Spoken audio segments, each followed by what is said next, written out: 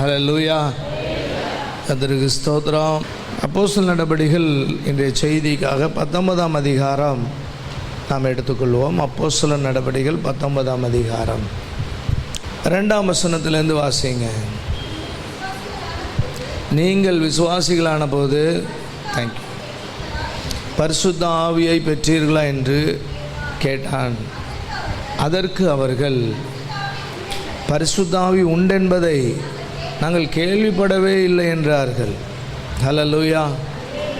பரிசுத்த ஆவி உண்டென்பதை நாங்கள் கேள்விப்படவே இல்லை. நீங்கள் ரட்சிக்கப்பட்ட விசுவாசிகளான போது, ஆண்டவரை ஏற்றுக்கொண்ட போது, சபைக்கு வந்தபோது, கர்த்தருடைய நாமத்தினாலே ஞானஸ்நானம் எடுத்தபோது நீங்கள் பரிசுத்த ஆவி பெறலையா அப்படின்னு கேட்கும்போது, அப்படியா, பரிசுத்த ஆவி உண்டென்பதை நாங்கள் கேள்விப்படவே இல்லையே என்று சொன்னார்களாம். அப்பொழுது அவர், அப்படியானால் நீங்கள் எந்த ஞானஸ்நானம் பெற்றீர்கள் என்றான். அதற்கு அவர்கள், யோவான் கொடுத்த ஞானஸ்நானம் பெற்றோம் என்றார்கள்.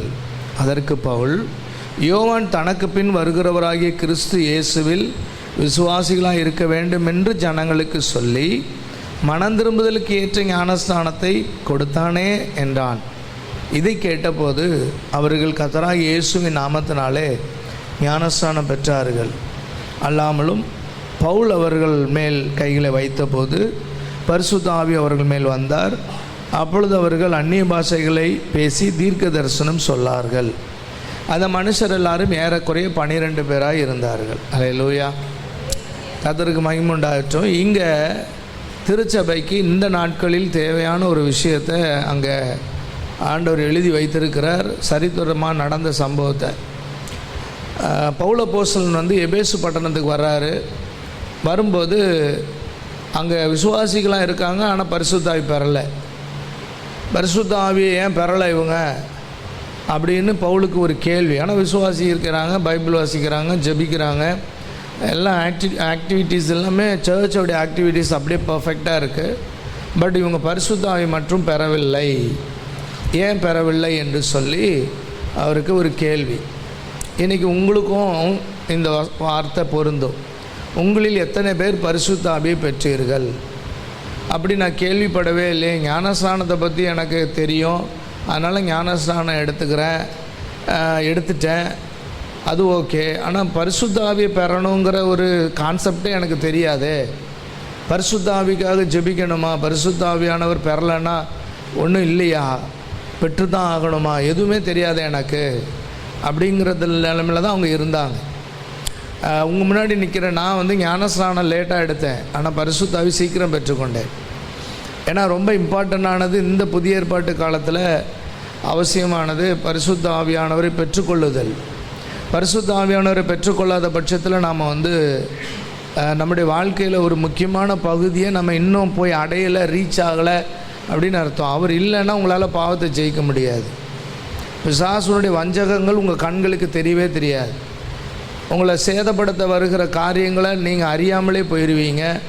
உங்களுக்கு வைக்கப்பட்டிருக்கிற மேன்மை உங்கள் கண்களுக்கு தெரியாது. நீங்கள் சராசரி மனுஷனை போல் இந்த உலகத்தில் வாழ்ந்துட்டு போவீங்க. ஆனால் சபைக்கு வருவீங்க, பாடுவீங்க, ஆராதிப்பீங்க, ஜெபிப்பீங்க. கையை பிடிச்சி ஜெபிக்க சொன்னால் நல்லாவே ஜெபம் பண்ணுவீங்க, தசமாக கொடுப்பீங்க, காணிக்க போடுவீங்க. ஆனால் நீங்கள் ஒரு சராசரி மனுஷனாகவே உங்கள் வாழ்க்கை இருக்கும். ஒரு அப்நார்மலான இடத்துக்கு நீங்கள் வர முடியாது. ஒரு பெஸ்ட்டான பிளேஸுக்கு உங்களை கொண்டு வர்றதே இந்த ஆவியானவர் தான். அவர் தான் உங்களை டியூன் பண்ணி அழகாக செதுக்கி கொண்டு வர்றார். இப்போ நான் கையில் வச்சுருக்கிற மைக்கு பார்த்திங்கன்னா என் கையில் இருக்குது. இப்போ என் கைக்கு வர்றதுக்கு இந்த மைக்குக்கு என்ன தேவைன்னா ஒரு உருவாக்கம் தேவை. இப்போ வெறும் பிளாஸ்டிக் எங்களை கொடுத்தா நான் பேசியிருக்க முடியாது. ஸோ இதில் என்னென்னலாம் இருக்குது அப்படிங்கிறது உங்களுக்கு தெரியும், சிலருக்கு தெரியாது. இப்போ இதுக்குள்ளே ஏகப்பட்ட விஷயங்கள் இருக்குது. இதுக்குள்ளே பார்த்திங்கன்னா இந்த மூடியை ஓப்பன் பண்ணால் இதுக்குள்ளே பேட்ரி போடலாம். முடி அளவு இருக்கக்கூடிய ஒரு செம்பு கம்பி தான் இந்த சவுண்டை உங்களுக்கு கடத்துது. தெரியுமா? எத்தனை பேருக்கு தெரியும்? முடி அளவு தான் இருக்கும் அது. அந்த ஸ்பாஞ்சுக்குள்ளே ஒரு ஹெட் இருக்குது, அதுக்குள்ளே ஒரு பேப்பரில் மேக்னெட்டிக் காயில் இருக்குது, உள்ள சில எலக்ட்ரானிக்ஸ் திங்ஸ் இருக்குது. இதெல்லாம் அசம்பிள் பண்ணி என் கையில் கொண்டு வந்து இதை ஒரு முக்கியமான பொருளாக கொடுக்குறாங்க. இந்த அசம்பிள் பண்ணி இந்த ரெடி பண்ணி அதை அழகாக ஒரு ஷேப்புக்கு கொண்டு வர்ற ஒர்க் தான் இந்த பூமியில் நமக்கு ஆவியானவர் செய்கிறார். ஆமென் சொல்லுவோமா? பவுலை உருவாக்குனது ஆவியானவர் எடுத்து பயன்படுத்தினார். நம்மலாம் படிக்கிறோம், அவர் உடம்புல இருந்த கச்சை, அதாவது இடுப்பில் கட்டுற பெல்ட்டு, அதை தூக்கி ஒருத்தர் மேலே போட்டால் உடனே சுகம். எப்போ மரணம் அடைஞ்சவங்க கூட உயிரோடு எழும்பிடுவாங்க.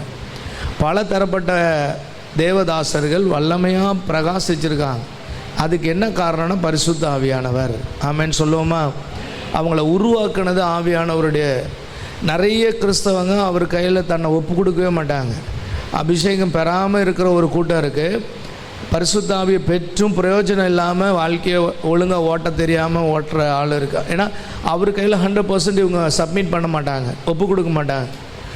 ஆவியானவரை சர்ச்சில் இப்போ எல்லோரும் கையை தட்டும்போது இவங்களும் கையை தட்டி அப்படியே அபிஷேகத்தில் ஆரம்பிட்டு அதுக்கப்புறம் அதோட முடிஞ்சுது. அதுக்கப்புறம் அவங்க ரெகுலர் லைஃப்பை ஸ்டார்ட் பண்ணி அதை ரன் பண்ணிகிட்டே இருப்பாங்க. இப்படி போகணும் அப்படிங்கிற அந்த நாலேஜ் அவங்களுக்கு இருக்காது. ஆவியானவர் எதுக்கு ஒருத்தனை ஃபில் பண்ணுறார் அப்படின்னு சொன்னால் ஆளுகை செய்கிறாருன்னா அவன் லைஃப் இந்த உலகத்தில் ஒரு டோட்டலி சேஞ்சிங்காக ரொம்ப ஒரு அட்மாஸ்பியராக ஒரு ஆசமாக ஒரு பிரம்மாண்டமாக ஒரு பிரமிப்பாக மாற்றுகிறதுக்கு தான் ஆவியானவர் கொடுக்கப்பட்டார். இயேசு எத்தனையோ பேரை சுகமாக்கினார். அது காரணம் அளவில்லாத அபிஷேகம் அவருக்குள்ளே இருந்துச்சு. பரிசுத்த ஆவியால் நிரப்பப்பட்டிருந்தார். இன்றைக்கி நீங்களும் நானும் அப்படி நிரப்பப்பட்டிருக்கிறோமா? அப்படி நிரப்பப்பட்டவங்க வாழ்க்கையை குறித்து ஆண்டவர் என்ன நினைக்கிறாருன்னா, ரொம்ப சாதாரணமாக அவங்க என்னுடைய அபிஷேகத்தை நினச்சிக்கிட்டு இருக்காங்கப்பா. மோசே அபிஷேகத்தை பெறுவதற்கு அவர் பெற்றாரான்னு கேட்காதீங்க, அந்த சம்பவம்லாம் இருக்கான்னு கேட்காதீங்க. ஒரு இடத்துல அவர் சொல்லும்போது உண்மையில் இருக்கிற என் ஆவின்றார். அப்போது ஆவியானவரை அவர் பெற்றிருந்தார். எங்கே பெற்றார், எப்போ பெற்றார் மட்டும் பைபிளில் இல்லை. ஆனால் அவர் அந்த எகிப்தை ஜனங்களை 10 வாதைக்குள்ளே கொண்டு போய் வெளியில் கொண்டு அந்த 40 இயர்ஸ் அவங்கள நடத்தின விதங்கள்லாம் பார்த்திங்கன்னா, ஆசரிப்பு கூடாரம் செய்ததெல்லாம் பார்த்திங்கன்னா, ஒரு சாதாரண ஒரு மெய்ப்பனாக இருக்கிற மனுஷனை இவ்வளோ ஒரு பிரம்மாண்டமான வேலைக்காக உருவாக்கம் பண்ணி செயல்படுத்தியது ஆவியானவர். ஒரு தாவீதை எடுத்துக்கிட்டிங்கன்னா, அவர் கொஞ்சம் ஆடுகளை மேய்ச்சிட்டு இருந்தவங்க. யாராவது ஆடு மேய்க்கிறவங்க இருக்கீங்களா? ஒன்ஸ் அப்பான் ஏ டைம் ஆடு மேய்ச்சிருக்கேன், இப்போ ஆடு மேய்க்கல சொல்கிறவங்க இருக்கீங்களா? ஒரு ஆள் கூட கிடையாது. அந்த வேலையை இங்கே ஒருத்தரும் செய்யவே இல்லை பாருங்கள். அப்படிப்பட்ட ஒரு வேலையை செஞ்சுக்கிட்டு இருந்த தாவீதை நாட்டுக்கே ராஜாவா, நீங்கள் ஆடு மேய்க்கலை ஆனால் நாட்டுக்கு ராஜாவா ஆனவங்க யாராவது இருக்கீங்களா? ஒரு ஆடு மேய்க்கிற ஆள் இங்கே இல்லை, அவரோட கொஞ்சம் ஓரளவுக்கு நல்லா இருக்கீங்க. அப்போ நீங்கள் அட்லீஸ்ட் இந்த ஏரியா எம்சியாவது மாறி இருக்கணும், கவுன்சிலராவது வந்திருக்கணும். கவுன்சிலராக கூட வராத ஒரு ஆளாக நம்ம இருக்கோம். ஆனால் நாட்டுக்கே ஒரு மிகப்பெரிய தேசத்தின் ஒரு வாக்குத்தத்தம் பண்ணப்பட்ட ஆசீர்வதிக்கப்பட்ட ஒரு தேசத்தினுடைய ஒரு ராஜாவாக அவன் மாறுறான்னா எவ்வளோ பெரிய விஷயம் பாருங்கள். இதை செய்தது யாருன்னா, இந்த லோ லெவல்லேருந்து ஹை லெவலுக்கு கொண்டு வரது யாருன்னா ஆவியானவர் தான். ஒரு சாதாரண ஒன்றுத்துக்கும் உதவாத ஒரு யூஸ்லெஸ்ஸான ஒரு அன்யூஸ்ஃபுல்லான ஒரு பர்சனை தூக்கிட்டு ஒரு பெஸ்ட்டான பிளேஸில் உட்கார வைக்கிற ஒர்க் பண்ணுறது ஆவியானவர் தான். இந்த ஆவியானவர் நினச்சார்னா எந்த மனுஷனையும் பிரகாசிச்சிடுறார். அவனுக்கு படிப்பு இல்லைனாலும் பரவாயில்ல, அறிவு இல்லைனாலும் பரவாயில்ல, அழகு இல்லைனாலும் பரவாயில்ல, வசதி இல்லைனாலும் பரவாயில்ல, எதுவுமே அவனுக்கு இருக்கவே வேண்டாம். இப்போ உலகத்தில் பார்த்திங்கன்னா ரொம்ப ப்ரில்லியண்ட்டான ஆட்களை தான் கொண்டு தங்களுடைய நிறுவனத்தில் வைப்பாங்க. இப்போ ஒரு டீச்சர் ஒர்க்குன்னா அங்கே ஒரு பிஎட் எம்எட் அந்த மாதிரி ஒரு பெரிய படித்த ஆட்களை தான் கொண்டு வைப்பாங்க. ஒரு சயின்டிஸ்ட்டு ஒரு இஸ்ரோவுக்கு கொண்டு நிற்கணுன்னா ஒரு ஒன்றும் தெரியாத ஜீரோவை கொண்டு அங்கே தலைவராக போட மாட்டாங்க. பக்கா பயங்கர எக்ஸ்பீரியன்ஸ் ஆனவங்கள கொண்டு போடுவாங்க. ஏன்னா அதெல்லாம் நடத்துகிறதுக்கு ப்ரில்லியண்ட் தேவை. ஆனால் ஆவியானவருக்கு ஜீரோவில் இருக்கிறவங்க தான் தேவையே. ஒன்றுத்துக்கும் லாய்க்கில்லாதவன் தான் ஆவியானவருக்கு தேவையே. அவனால் ஒன்றுமே வீட்டுக்கே ஒரு பிரயோஜனமும் கிடையாது, ஒன்றுத்துக்கும் அவன் லாய்க்கு இல்லை. ஆனால் ஆவியானவருக்கு அந்த மாதிரி ஆள் தான் வேணும். முட்டாள் தான் வேணும், பலவீனன் தான் வேணும், தரித்திரம் தான் வேணும், ஏழைகள் தான் வேணும். சோம்பேறி இல்லை, இவன்லாம் என்னத்தை சாதிக்க போகிறான் அப்படின்னு அற்பமாக எண்ணப்பட்டவன் தான் அவருக்கு வேணும். ஏன்னா அவர் அப்படிப்பட்டவர்களை நினச்சி பார்க்க முடியாத நிலைமைக்கு மாற்றி விடுகிறார். எனக்கு அவருக்கு அந்த பவர் இருக்குது. இந்த உலகத்தில் இருக்கிற எந்த நிறுவனத்துக்கும் ஒரு 0% கொண்டு வந்து உயர்ந்த இடத்துல கொண்டு வந்து டியூன் பண்ணி உன்னை நிறுத்தணும் அப்படிங்கிற அந்த மைண்ட் செட்டப்பில் இருப்பாங்கன்னா கிடையவே கிடையாது. ஆனால் ஆவியானவர் உங்களை ஆட்கொண்டாரானால் அப்படி நடத்துகிறவராக இருக்கிறார். ஆமேன்னு சொல்லுவோமா? கைகளை உயர்த்தி. அப்போ பரிசுத்த ஆவியானவரை பெற்றுக்கொண்ட பவுல், பரிசுத்த ஆவியானவரை பெற்றுக்கொண்ட பேதுரு, பரிசுத்த ஆவியால் நிரப்பப்பட்டிருந்த பழைய ஏற்பாட்டு பக்தர்கள், எலியா, எலிசா, இன்னும் நிறைய பேர் பெற்றுக்கொண்ட அந்த நபர்கள்லாம் பார்த்திங்கன்னா ரொம்ப அடிமட்ட நிலைமையில் இருந்தவங்க, அட்ரஸ் இல்லாமல் இருந்தவங்க, அவங்களுக்கு ஒரு விலாசமே கிடையாது, அவங்களுக்கு ஒரு ஃபேமிலி பேக்ரவுண்ட் பிக்கஸ்ட்டாக இருந்ததா, அவங்கள தூக்கி விடுற அளவுக்கு அந்த பெரிய இடத்துக்கு கொண்டு வந்து நிறுத்துகிற அளவுக்கு அவங்க ஃபேமிலி இருக்கா? அப்படிலாம் ஒன்றுமே கிடையாது. ஆனால் ஆவியானவர் அவங்கள தூக்கிட்டு வந்து நிறுத்தினார். இந்த உலகத்தில் 3 முக்கியமான வேலையை ஆவியானவர் நமக்கு செய்கிறார். ஒன்று, பாவ காரியத்திலேருந்து நம்மளை வெளியில் கொண்டு வர்றார். சொல்லுங்கள், பாவ காரியத்திலிருந்து, தவறான விஷயங்களில் இருந்து, தீமையான காரியங்களில் இருந்து வெளியில் கொண்டு வர்றார். 2வது, சிறந்த அருமையான காரியங்களுக்குள்ளே நடத்துகிறார், நீதியான காரியங்களுக்குள்ளே நடத்துகிறார். சொல்லுங்கள், எதெல்லாம் பெஸ்ட்டு, எதெல்லாம் சரி, எதெல்லாம் ஒழுங்கு, எதெல்லாம் நல்லது, எதெல்லாம் நீ செய்யணும், எதெல்லாம் சிறப்பானதுன்றத ஆவியானவர் அதுக்குள்ளே நம்மளை நடத்துகிறார். நம்ம நினைப்போம் இந்த மாதிரி விஷயங்களில் வந்து நம்ம வந்து எப்படி நம்ம மாறணும், படு மோசமான பாவியாக வாழ்ந்துகிட்டு இருந்தோம். இந்த படு மோசமான பாவியை அந்த பாவத்திலேருந்து வெளியில் நம்ம நினச்சி பார்த்துருக்கவே முடியாது. நம்ம எப்படியே வந்திருப்போம், எப்படா வந்தோம், இவ்வளோ மோசமான பாவி. இப்போ ஏன் சொல்கிறேன் அப்படின்னு சொன்னால், இதெல்லாம் எப்படி மாறுச்சு, இந்த பாவங்கள்லாம் எப்படி போச்சு, இந்த பாவ குணங்களெல்லாம் எப்படி என்னை விட்டு போச்சு எனக்கு தெரியல. இந்த குணத்தை மாற்றினது நானும் என் ஒய்ஃபோ என் பிள்ளைகளோ கிடையாதுங்க, ஆவியானவருடைய ஒர்க்கு தான் அது. நம்மளை மாற்றுகிற வேலை அவருடையது. இடம் கொடுத்தா மாற்றுவார். உங்களுக்கு பிடிக்காத அளவுக்கு மோசமான பாவியாக இருக்கீங்களா? உங்கள் பாவத்தை விட்டுட்டு உங்களால் வெளியில் வர முடியலையா? இந்த மாதிரி பாவி தான் அவருக்கு தேவை. ஏன்னா அவரால் தான் பரிசுத்தமான யாரையும் மாற்ற முடியும். அதே சமயம் நல்ல காரியங்களுக்குள்ளே நடத்துகிறது அவருடைய ஒர்க். எதெல்லாம் நல்லது, எதெல்லாம் நல்ல குணம், எதெல்லாம் நல்ல ஸ்வாவம், தாழ்மை. அப்போ ஒரு மனுஷனை, அறிவே இல்லாத ஒரு மனுஷனை பயங்கரமான அறிவாளியாக மாற்றுறது அவர் தான். புத்தியே இல்லாத ஒருத்தனை புத்திசாலி ஆக்குறது அவர் தான். என்ன பிரச்சனைனா நம்ம இடம் கொடுக்கறது இல்லை, அவ்வளோதான். அவரை நம்ம வந்து அவருக்கு இடம் கொடுக்கறதே கிடையாது. ஆவியானவரே வாங்க, பரிசுத்த ஆவியானவரே வாங்க, என்னை ஆளுகை செய்யுங்க, என்னை ஹெல்ப் பண்ணுங்க, என்னை நிரப்புங்கன்றதே கிடையாது. சபைக்கு வந்து அப்படியே பார்க்குறது, அப்படியே தோத்திரம் இல்லையா, அப்படியே உட்காந்துட்டு காணிக்க போட்டு அவர் பேசுவார், ஏதோ பேசுகிறார், அவருக்கு நேரம் போல் அப்படின்னு போகிற சில கேஸ் இருக்குது. இதெல்லாம் வந்து பின்னால் ஒரு காலத்தில் அடப்பாவிகளை இவ்வளோ மேன்மையான வாழ்க்கை எனக்கு வச்சுருக்கு, இதையா நான் வந்து வேஸ்ட் பண்ணிட்டேன் அப்படின்னு ஃபீல் பண்ணுற நாள் வரும். அது ஆண்டவர் என்ன பண்ணுவார்னா, நீங்கள் பரலோகம் போகிறதா இருந்தால் காட்டவே மாட்டார். உங்களுக்கு என்ன வச்சுருக்கேங்கிறத கடைசி வரைக்கும் காட்ட மாட்டார். ஏன்னா பரலோகத்துலேயும் போய் உட்காந்துட்டு நீங்கள் துக்கப்படக்கூடாதுல்ல. ஆனால் நீங்கள் நரகத்துக்கு எவராவது போனீங்கன்னா போகக்கூடாது. போனீங்கன்னா உங்கள் லைஃப் அவ்வளவும் காட்டுவார். இந்த பார், இந்த வருஷம் இந்த வயசில் நீ இந்த இடத்துக்கு வரணும்னு நான் நினச்சேன், இந்த இடத்துல உன்னை கொண்டு வந்திருக்கணும், இங்கே வந்து உன்னை வாழ வச்சுருப்பேன், இவ்வளோ உயரத்துக்கு உன்னை வர வைக்கணும்னு நினச்சேன், நீ தான் எனக்கு ஒப்பு கொடுக்காமல் காலத்தை வீணடிச்ச அப்படின்னு சொல்லி அவர் நம்மளை சொல்லி கொடுத்துட்டு போயிடுவார். ஏன்னா நரகத்தில் நீங்கள் அழலாம், இன்னும் அழணும் வேதனையாக. எனக்கு இவ்வளோ நல்ல வாழ்க்கையை வச்சார், இவ்வளோ பெரிய இடத்துக்காக நான் வரணும், இவ்வளோ சிறப்பான காரியத்தை நான் ஆண்டவருக்காக செய்யணும், ஆண்டவர் என்ன இவ்வளோ உயரத்துக்கு கொண்டு வர்றதுக்காக நினச்சார். இப்போ தாவீது எடுத்துக்கிங்களேன். தாவீது வந்து அப்பா கூப்பிடுறார், டேய் அந்த பாஸ்டர் வந்திருக்காரா, 7 பேரையும் அபிஷேகம் பண்ணார், பார்த்தாரு, அவனுங்க தகுதி இல்லைன்னு, நீ வாடா. நான் வரமாட்டேன், உங்கள் வேலையை பாருங்கள், உங்களுக்கு வேறு வேலையே கிடையாது. பாஸ்டர் கூப்பிட்றாரு, சபைக்கு கூப்பிட்றாரு, சர்ச்சுக்கு கூப்பிட்றாரு, வாங்க வேலையை பார்த்துட்டு, என்னாலாம் வர முடியாது அப்படின்னு நின்று இருந்தால் என்ன ஆயிருக்கும்? தாவீது செத்து பரலோகத்துக்கு நரகத்துக்கு போகும்போது அங்கே ஒரு பிக்சர் காட்டப்பட்டிருக்கோம். பாரு, நீ அன்றைக்கி வந்திருந்தீங்கன்னா உன்னை அபிஷேகம் பண்ணியிருப்பார், அபிஷேகம் பண்ணியிருந்தா நீ என்ன ஆயிருப்ப, இந்தந்த யுத்தங்கள்லாம் ஜெயித்து இவ்வளோ பெரிய ராஜாவாகி இன்றைக்கி இத்தனை 2000 3000 வருஷங்கள் கழித்த பின்பும் உன்னுடைய பேர் பிரஸ்தாபம் இவ்வளோ மகிமையாக இருக்கும். உன் பேரை கோடிக்கணக்கான பேர் வச்சுக்கிட்டு சுற்றிக்கிட்டு இருப்பான்.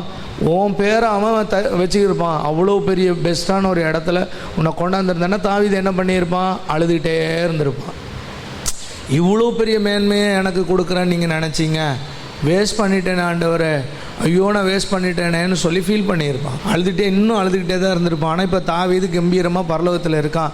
விஷயம் வேறு ஒன்றுமே கிடையாது. அவருக்கு சரண்டர் ஆனான், அவ்வளோதான். கூப்பிட்டான், பாஸ்டர் கூப்பிட்டாரு, அவன் வந்தான், அனாயிண்டிங் பண்ணார், அவ்வளோதான், முடிஞ்சுது. நீ அனாயிண்டிங்கை பெற்றுக்கொண்டு ஆவியானவர் உன்னை நடத்துகிற மாதிரியே இரு, எல்லாம் மாறும். ஆமேன்னு சொல்லுவோமா? இப்போ யோசேப்பை எடுத்துக்கோங்க. யோசேப்புக்கு நரகத்துக்கு போயிட்டார் வச்சுப்போமே. அப்போ நரகத்துக்கு போனோடனே காட்டியிருப்பார், நீ குழியில் விழுந்த உடனே வேணாம், இனிமே உன்னை தூக்கி விட்டோடனே ஏஞ்சி ஓடி நீ எங்கேயாவது ஓடி போயிருந்தீங்கன்னா, இல்லை உங்கள் அப்பா சொல்கிறார், டே போடா, எல்லாம் உங்கள் அண்ணனுங்களை போய் பார்த்துட்டோம், முடியாதுப்பா பாப்பா, அதெல்லாம் முடியாது, தூங்கிக்கிட்டு இருக்கேன், எனக்கு டயர்டாக இருக்குது, அவ்வளோ தூரம் நடக்க முடியாது, என்ன நினச்சிட்டு இருக்கீங்க, அவனுங்க எங்கேயோ இருப்பானுங்க, என்னால் போக முடியாது அப்படின்னு சொல்லியிருந்து ஆண்டவருடைய நடத்திப்புக்கு உட்படாமல் இருந்திருந்தா என்ன நடந்திருக்கும் பாரு? உன்னை குழியில் போட்டிருப்பாங்க, நீ எகிப்துக்கு போயிருப்ப. எகிப்தில் உன்னை ஒரு ஆவி பெற்ற ஒரு மனுஷன், நான் பைபிளில் இருக்குங்க, தேவர்களின் ஆவி உனக்குள்ளே இருக்குது அப்படின்னு இருக்குது பைபிளில். யோசேப்புக்குள்ளே பரிசுத்த ஆவியானவர் வந்தார். எங்கே வந்தாருன்னு தான் தெரியாது, எந்த இடத்துல அவனை அனாயின் பண்ணார் தெரியாது. அப்பா கிட்டே இருக்கும்போது அனாயின் பண்ணாரா, இல்லை குழியில் இருக்கும்போது அனாயின் பண்ணாரா தெரியாது. ஆனால் ஆவியானவர் அவனை ஆளுகை செய்ய ஆரம்பித்தார். அங்கேருந்து அப்புறம் அப்படியே கொண்டு எகிப்தில் ஒரு பெரிய ஆளாக ஆக்கி, இந்த எகிப்து தேசத்துக்கே உன்னை பெரிய மனுஷனாக்கி, அதை மட்டும் இல்லை, உங்கள் அப்பா உன்னை விசேஷமான ஆசீர்வாதத்தை கொடுத்து, சேஷ்டபுத்திர பாகத்தை உனக்கு கொடுத்து, இஸ்ரவேல்லே 2 கோத்திரம் உன் பெயரில் வர வச்சு, உன் சந்ததி தான் 2 கோத்திரம், டபுள் பிளெஸிங் உனக்கு கொடுத்து, இஸ்ரவேல் தேசத்துக்கே ஒரு முன் உதாரணமான மனுஷனாக உன்னை வச்சுருக்கிறேன். இவ்வளோ விஷயம் நடந்திருக்கும், நீ ஒப்பு கொடுக்காதனால இதெல்லாம் நடக்கலைன்னு சொல்லி ஒருவேளை சொல்லியிருந்தால் அவன் நரகத்தில் உட்காந்து என்ன பண்ணியிருப்பான்? யோசேப்பு கண்ணீர் வெடிச்சிருப்பான். ஐயோ போச்சே, இவ்வளோ மகிமையான வாழ்க்கையை நான் இழந்துட்டேனே, ஐயோ இவ்வளோ பெஸ்ட்டான லைஃப்பை எனக்கு வச்சுருந்தாரு. நான் ஒரு அவனெல்லாம் பார்த்தீங்கன்னா ஒரு சாதாரண நம்மளை போல ஒரு மனிதர்கள் தான். அல்லேலூயா. இங்கே பிரச்சனை என்னன்னா, ப்ராப்ளம் என்னென்னா, மொத்தமும் நம்ம எடுக்கிற முடிவில் தான் வாழ்க்கையை ஓடுது. நான் என்ன நினைக்கிறேன்னா அதை தான் நான் செய்கிறேன், நான் எப்படி விரும்புகிறேன்னா நான் அதை தான் செய்கிறேன். பெரும்பாலும் நான் தாழ்மையாக அந்த இடத்துலேருந்து சொல்கிறேன், எந்த காரியத்தை செய்தாலும் ஆவியானவருடைய நடத்திப்புக்கு உட்பட்டு தான் செய்கிறேன். கர்த்தருக்கு மகிமை உண்டாகட்டும். நம்ம ஆண்டவரோட கேட்குறோமா, அந்த நடத்திப்பை கேட்குறோமா, அந்த லைவ்லேயே இருந்துகிட்டே இருக்கணும். ஆவியானவரே இப்போ நான் போகிற இடம் சரிதானா, ஆவியானவரே இந்த செய்யலாமா, ஆண்டவரே இப்படி பண்ணலாமா அப்படின்னு சொல்லி அந்த ஒரு விஷயத்தையும் ஆண்டவரோட கேட்கணும். ஆமேன்னு சொல்லுவோமா? நம்ம ஒரு செல்ஃபோன் வாங்கணும் அப்படின்னு ஆசைப்பட்டேன், ஆனால் ஆண்டவர் ஆண்டவரே வாங்கட்டுமா, கார் 5 வருஷம் ஆயிடுச்சு, சவுண்ட்லாம் வருது, புதுசாக மாற்றிக்கலாம், வாங்கலாமா, ஆவியானவரே வாங்கலாமா, ஒன்றும் சொல்லாமல் அமைதியாக இருக்கார். நானும் அமைதியாகிடுச்சேன். திடீர்னு போனேன், என்ன போன்ற 2 மாதத்துக்கு முன்னாடி எல்லா காரையும் பார்க்குறது, எந்த கார் நமக்கு பட்ஜெட்டுக்கு வசதியாக இருக்கும் அப்படி இப்படின்னு. அப்புறம் இதெல்லாம் விட்டுட்டு, ஆண்டவரே வாங்கலாமா புதுசாக, இல்லை இதையே ஓட்டட்டுமா ஆண்டவரே அப்படின்னா அமைதியாக இருக்கார். ஒன்றும் பேசலைன்னும் போது நம்ம என்ன ஆயிடணும்? அமைதியாக ஆயிடணும். ஒரு சின்ன விஷயமோ பெரிய விஷயமாங்க, ஆண்டவர்கிட்ட ஜோம் பண்ணி அந்த லைவ்லேயே இருங்க. எது சரியோ அதுக்கு நேரம் உங்களை நடத்துவார். நான் முதல்ல சொன்னேன், எது சரியில்லையோ அதுலேருந்து வெளியில் கொண்டு வருவார். 2வது விஷயம், எதெல்லாம் சரியானதோ அதுக்குள்ளே நம்மளை கொண்டாந்து வைப்பார். இப்படி பெஸ்ட்டான ஒரு இடத்துக்கு ஆண்டவர் கொண்டு நடத்துவார். நம்மளை ட்ரெஸ் கோடாக இருக்கட்டும், ஸ்டைலாக இருக்கட்டும், நம்முடைய பேச்சாக இருக்கட்டும், நம்முடைய செயல்களாக இருக்கட்டும், நம்முடைய லைஃபினுடைய ஸ்டைல்ஸாக இருக்கட்டும், நம்முடைய வீடாக இருக்கட்டும், நம்முடைய வாழ்க்கை முறையாக இருக்கட்டும், எல்லாவற்றையுமே பெஸ்ட்டான இடத்துக்கு நம்மளை கொண்டு போவார். ஹல்லேலூயா. 3வது ஒன்று இருக்குது. அந்த 3வது என்னென்னா, நம்மளை ஒரு பெஸ்ட்டான இந்த லெவல் இல்லை, த மோஸ்ட் ஹையஸ்டான ஒரு லெவல் இருக்குது, அந்த இடத்துக்கு நம்மளை டியூன் பண்ணி கொண்டு நகர்த்திக்கிட்டே போவார். நீங்கள் சொன்னால் நம்ப மாட்டீங்க, நம்மளை நகர்த்துறதே தெரியாது. இத்தனை வருஷம் ஆகுதே அப்படின்னா கொஞ்சம் திரும்பி பார்த்தீங்கன்னா அப்போது ஆவியானவருடைய தேர்ட் ஒர்க் என்னென்னா, உங்களை ஒரு உயர்ந்த ஸ்தானம் இருக்குதுப்பா உனக்கு பூமியில், நான் என்னத்தை பெருசாக கலட்ட போகிறேன் கிழிக்க போகிறேன்லாம் சொல்லாதீங்க. அவ்வளோ உயர்ந்த இடத்துக்கு நான் கொண்டு போக போகிறேன். அதனால் ஆவியானவருடைய தேர்ட் ஒர்க் என்னென்னா, உங்களை ஹையஸ்டான பிளேஸ்க்கு கொண்டு போகணும். அது உங்களால் முடியாது, அதனால தான் அவர் வர்றார். உங்களாலலாம் முடியாது. இங்கே யாராவது ஒரு 300 கிலோமீட்டர் வேகத்தில் பைக் ஓட்ட முடியுமா? 500 கிலோமீட்டர் வேகத்தில் ஃப்ளைட் ஓட்ட முடியுன்றவங்க கை தூக்குங்க பார்க்கலாம். 500 கிலோமீட்டர் வேகத்தில் இப்போ நான் ஃப்ளைட் ஓட்டுவேன்றவங்க கை தூக்குங்க. முடியாதுல்ல, உங்களால் முடியாதுல்ல. அப்போ அதுக்கு என்ன பண்ணணும்? ஒரு ட்ரைனிங் எடுத்துருக்கணும், ஒரு பயிற்சி எடுக்கணும். அதே போல் தான் உங்களால் முடியாத உயரத்துக்கு போகிறதுக்கு ஆவியானவர் உங்களுக்கு ட்ரெயின் பண்ணி கொண்டு வர்றார். ஹல்லேலூயா. சில ஆட்கள்லாம் இன்னும் ரொம்ப லோ லெவல் வாழ்க்கையிலேயே திருப்தியாக உட்காந்துடுறீங்க. ஆனால் ஆண்டவர் சொல்கிறாரு, தயவு செய்து அந்த லெவல்லேருந்து மேலே வரணும். அதுக்கு நீ வேறு ஒன்றும் செய்ய வேண்டாம். போய் இமயமலையை பேத்துக்கிட்டு இருக்க வேண்டாம், பரங்கி மலையை கூட நீ பேக்க வேண்டாம், அது கூட வேண்டாம். உன் வீட்டு பக்கத்தில் இருக்கிற கல்லை கூட நீ பேக்க வேண்டாம். ஆவியானவரே, ஐ சரண்டர் யுவர் ஃபீட் அப்படின்னு சொல்லி ஒப்புக்கொடு. அது போதும், உன்னை அவர் தூக்கிடுவார். ஆமென் சொல்லுவோமா? ஆமாம். ஒரு 2 சென்ட் இடத்துல கூட எனக்கு வீடு கிடைக்கலையே அப்படின்னு கவலைப்படாத. 2000 ஏக்கரில் உனக்கு ஒரு வீட்டை அமைச்சு கொடுக்க தேவனால் முடியும், அவரால் செய்ய முடியும். எவ்வளோ, நான் இது ஒரு சாம்பிள் சொல்கிறேன். இதை போல் பல விஷயங்களை உன்னை கொண்டு வந்து நிறுத்தி உலகம் முழுவதும் உன் பேரை பிரஸ்தாபப்படுத்த, எல்லாருடைய நாவலும் உன் பேரை சொல்லும்படி செய்ய கர்த்தருக்கு ஆர்வம் உண்டு, ஆசை உண்டு. ஹல்லேலூயா. என்னை குறித்து அப்படி ஆண்டவருக்கு ரொம்ப பெரிய எண்ணம் இருக்குது. உங்களை குறித்து ஆண்டவருக்கு அவ்வளோ பெரிய எண்ணம் இருக்குது. நீங்கள் செய்ய வேண்டியது, நான் முதல்ல சொன்ன மாதிரி இமயமலையை பேக்கிறதுலாம் ஒன்றும் கிடையாது. Holy spirit come upon me, amen, என் மேலே வந்துருங்க, அவ்வளோதான். ஆவியானவருக்கு இடம் கொடுங்க. ஒரு விஷயத்தையும் ஆவியானவர்கிட்ட சொல்லி சொல்லி ஜெபம் பண்ணுங்க. ஆவியானவரே இதை செய்யட்டுமா, ஆவியானவரே இங்கே போட்டுமா. காலையில் வண்டி எடுக்கும்போதே வண்டியை நல்லா ஓட்ட உதவி செய்யுங்க. ஆவியானவரே இன்றைக்கி எல்லா நாளும் சிறப்பாக இருக்கட்டும். எந்திரிச்ச உடனே செல்ஃபோனை நோண்டுறதை நிறுத்திட்டு, ஆண்டவரே இன்றைக்கி எல்லா நாளும் இல்லை எல்லா நேரமும் பெஸ்ட்டாக போகட்டும். என்ன செய்யணும், எப்படி போகணும், எங்கே பேசணும், என்ன பண்ணணும், மாம்சமாக ஒன்றத்தையும் செய்யாமல் ஆவியானவருக்கு இடம் கொடுத்து செய்யுங்க. உங்களை ஆண்டவர் நிச்சயமாக பிளஸ் பண்ணுவார். கையில் உயர்த்தி ஸ்தோத்திரம் பண்ணுங்க. சோதரம் சோதரம். இப்போ இவ்வளோ நேரம் நான் உங்களோட முகவுரையாக தான் பேசினேன். இப்போ நம்ம பிரசங்கத்துக்குள்ளே போவோம். கர்த்தர் நம்ம ஆசீர்வதிப்பார். ஏசாயா 52ஆம் அதிகாரம் 1ஆம் வசனம் 2ஆம் வசனம் 6 காரியங்களை ஆண்டவர் இங்கே சொல்கிறார். ஆமென் சொல்லுவோமா? 6 காரியங்கள். இந்த 6 நீங்கள் தான் செய்யணும். இந்த 6 நீங்கள் செய்யும்போது உங்கள் வாழ்க்கையில் மாற்றம், நான் சொன்ன மாற்றம் நடக்கும். ஆமென் சொல்லுவோமா? அது என்னன்னு சொல்கிறேன். 1, எலும்பு. சொல்லுங்கள், எலும்பு. ஏன் எலும்பாமல் இருக்கீங்க எல்லாரும் அப்படின்னு கேட்கக்கூடாது. நான் கேட்க மாட்டேன். இங்கே சொல்லப்பட்டிருக்கிற எலும்புங்கிறது அடுத்த வசனத்திலே வருது. தூசியை உதறிவிட்டு எழுந்துரு அப்படிங்கிறது வருது. அப்புறம் உன் வல்லமையை தரித்துக்கொள். சொல்லுங்கள், தரித்துக்கொள். நம்பர் 3, உன் அலங்கார வஸ்திரங்களை உடுத்திக்கொள். உடுத்திக்கொள். சொல்லுங்கள், உடுத்திக்கொள். சொல்லுங்கள். அடுத்து தூசியை உதறிவிடு. சொல்லுங்கள், தூசியை உதறிவிடு. 5வது, வீற்றிரு. சிட் ஆன் யுவர் த்ரோன் ஆங்கிலத்தில் இருக்குது. உன்னுடைய சிங்காசனத்தில் நீ அமரு. அப்போது இங்கே எல்லாருக்கும் ஆண்டவர் ஒரு சிங்காசனம் வச்சுருக்கார். லாஸ்ட், உன் கழுத்தில் உள்ள கட்டுகளை அவிழ்த்து விடு. சொல்லுங்கள், அவிழ்த்து விடு. அவிழ்த்து விடு. சொல்லுங்கள். 6 காரியமும் நீங்கள் தான் செய்யணும். நிறைய பேருக்கு தெரியும் ஆண்டவர் தான் செய்கிறாரு, ஆண்டவர் தான் எல்லாம் செய்கிறார். இல்லை, இங்கே தீர்க்க தரிசனம் சொல்லுது 6 காரியத்தை நீ செய். என்ன செய்யணும்? இந்த ஆவியானவர் உங்கள் வாழ்க்கையில் கிரியை செய்வதற்கு இந்த 6, இதில் தான் பெரிய பிரசங்கமே ரெடி பண்ணி வச்சுருக்கேன். அதனால் நீங்கள் சுருக்கமாகவே உங்களுக்கு நான் சொல்லிடுறேன். 6 காரியங்களில் ரொம்ப இம்பார்ட்டண்டான தூசியை உதறு. 2 விஷயம் நெகட்டிவான விஷயம். உன் மேலே ஒட்டிக்கிட்டு இருக்க தூசியை உதறு. நீ வேறு மாதிரி வாழ்ந்துட்டுருக்க, அந்த தூசியோடு வாழ்கிற டஸ்ட்டை தூக்கி உதறு. தூசி அப்படின்னு சொல்லப்போனால் புலம்பல் 2:10 தலையில் இருக்கிற தூசின்னு இருக்குது. அதாவது தலையில் இருக்கிற தூசி அப்படின்னு சொன்னால் உன் மண்டைக்குள்ளே கண்டதெல்லாம் குமிஞ்சு போய் கிடக்குது. அவன் இப்படி செஞ்சான், இவன் இப்படி நடந்தா, அந்த நாளில் இப்படி நடந்து, எனக்கு இவ வாழ்க்கையில் எல்லாமே மோசமாக தான் நடக்குது, இப்படியே உன் மண்டையில் போட்டு குழப்பிக்கிட்டு இருக்க, தூக்கி போடு. அது மாதிரி. ரெண்டாவது லேவியராகமம் 14:41, வீட்டை உள்ளே சுற்றிலும் செதுக்க சொல்லி செதுக்கி போட்ட டஸ்ட், மண்ணை பட்டணத்துக்கு புறம்பே அசுத்தமான ஒரு இடத்துல கொட்டவும்.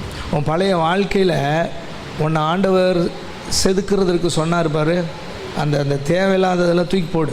வாழ்க்கையில் அந்த பழைய விஷயங்களெல்லாம் தூக்கி போடு. பழைய காதல், பழைய விபச்சார, பழைய கசப்பு, பழைய கோபங்கள், பழைய தவறான வாழ்க்கையினுடைய காரியங்கள் திரும்ப உனக்குள்ளே வந்துட்டு போகுது பார், அதை தூக்கி போடு. அதான் தூசி. அல்லேலூயா.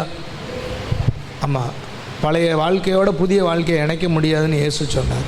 தூக்கி போடு. அடுத்தது மூன்றாவது, யோபு 20:11 தூசியை ஒப்பிடும்போது வாழ வயதின் பாவங்கள். டீனேஜ் வயசில் நிறைய தப்பு பண்ணியிருப்போம். ஆமாம், சிறு வயசில் நிறைய தப்பு பண்ணியிருப்போம். அதெல்லாம் தூக்கி போடு. அதெல்லாம் உன்னை விட்டு எரி. அந்த வாழ வயதின் பாவங்களை கண்டினியூ பண்ணாத. ஆமாம், ஒரு சகோதரி சொல்கிறாங்க, கல்யாணம் ஆன பின்னாடி நீ சின்ன வயசில் என்னென்ன பண்ணினேன்னு அவன் கணவன்கிட்டயோ மனைவிக்கிட்டேயோ சொல்ல வேண்டிய அவசியம் இல்லை. அது ஒரு காக்கா எச்சம் போல். அந்த எச்சத்தை தொடச்சிட்டு போவியா, இல்லை அதை எடுத்துகிட்டு வந்து வச்சு 10 வருஷம் கழிச்சு எச்சன்னு காட்டிக்கிட்டு இருப்பியா? அது பழைய வாழ்க்கை. இப்போ புதுசாக நீ வாழ ஆரம்பிச்சோன்னா பழசை விட்டுரு. அப்போ வாழ வயதின் பாவங்கள். யோபு 16:15 தூசி என்னன்னு சொல்லியிருக்குன்னா, மகிமையை அவமாக்குதல். கர்த்தர் உனக்கு கொடுத்துருக்கிற பெஸ்ட்டான வாழ்க்கையை வேஸ்ட் பண்ணுறிய அந்த காரியங்களை தூக்கி போடு. தேவ மகிமையை கெடுக்கும் காரியங்கள் உன் வாழ்க்கையில் எங்கெங்கே வருது?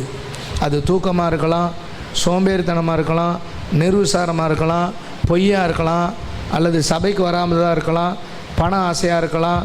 இப்படிப்பட்ட மகிமையை அவமாக்குகிற காரியங்களை தூக்கி போடு. அந்த தூசியை உதறு. இப்போது ஓ மேலே ஆவியானவர் வல்லமையாக இறங்கி வருவார். அல்லேலூயா.